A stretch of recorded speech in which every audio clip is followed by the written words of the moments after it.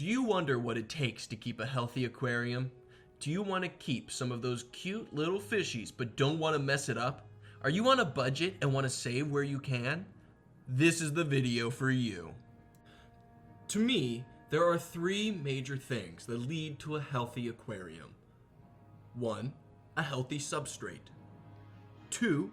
Good lighting. And 3. Good quality water. And a real quick disclaimer, there are plenty of other ways to keep fish healthy in the hobby. This is just how I do it. Different places have different water parameters, and this can cause different people to need different routines in upkeeping their aquariums. Everyone does it a different way, and that's okay. This is just my opinion. So please sit back and relax while I tell you about my opinion. A healthy substrate in my mind is a deep substrate. I think areas that oxygen can't get to are optimal for a healthy fish tank. Now, in my experience of deep substrates, I use organic potting soil and then maybe a layer of gravel or small stones and then cap it off with sand.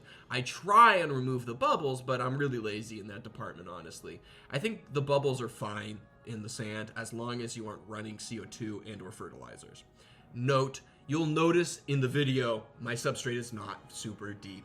I get around this using the pots. The pots are mostly filled with dirt and then they're capped with maybe an inch or two of sand, and then I plant the stuff in the sand. I plant, whatever plant I'm planting. And that operates as a deep substrate inside my aquarium, and then I can move things around a lot easier, including the plants, if I need to get someone.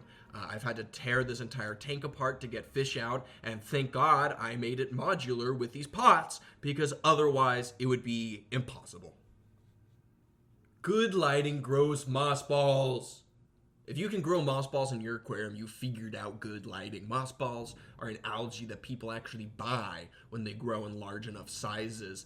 They flourish in my aquarium's lighting. I also have thick surface plants, but that's more because I don't know how to get rid of all of them.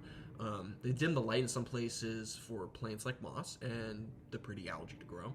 I keep my lights on a consistent timer. They have 2 siestas every day that are 2 hours long each. They get a total of like 12 hours of light a day, maybe 14 hours. These siestas serve to help reproduce the CO2 in the system when you turn a low-tech planted setup like myself. When you run a low-tech planted setup like myself.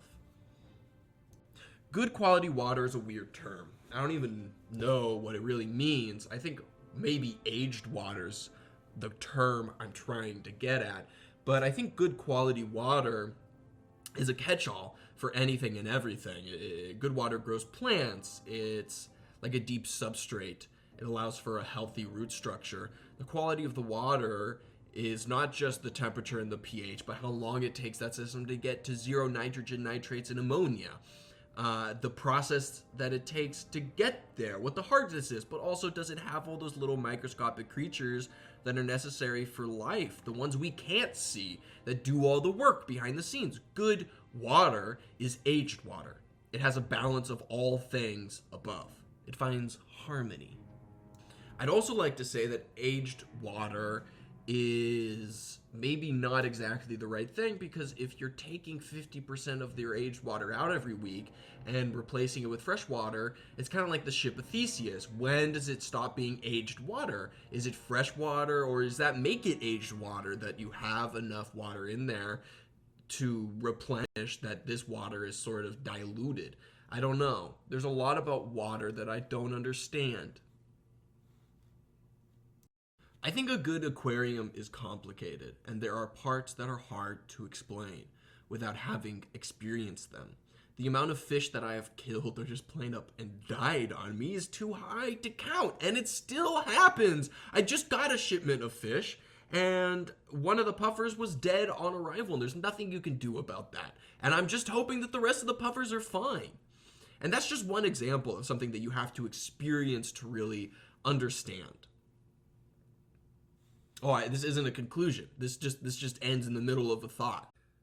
To finally conclude my thoughts on this topic, I use these 3 ideas when designing and preparing all of my fish tanks: thick substrate, bright lights, and good old water.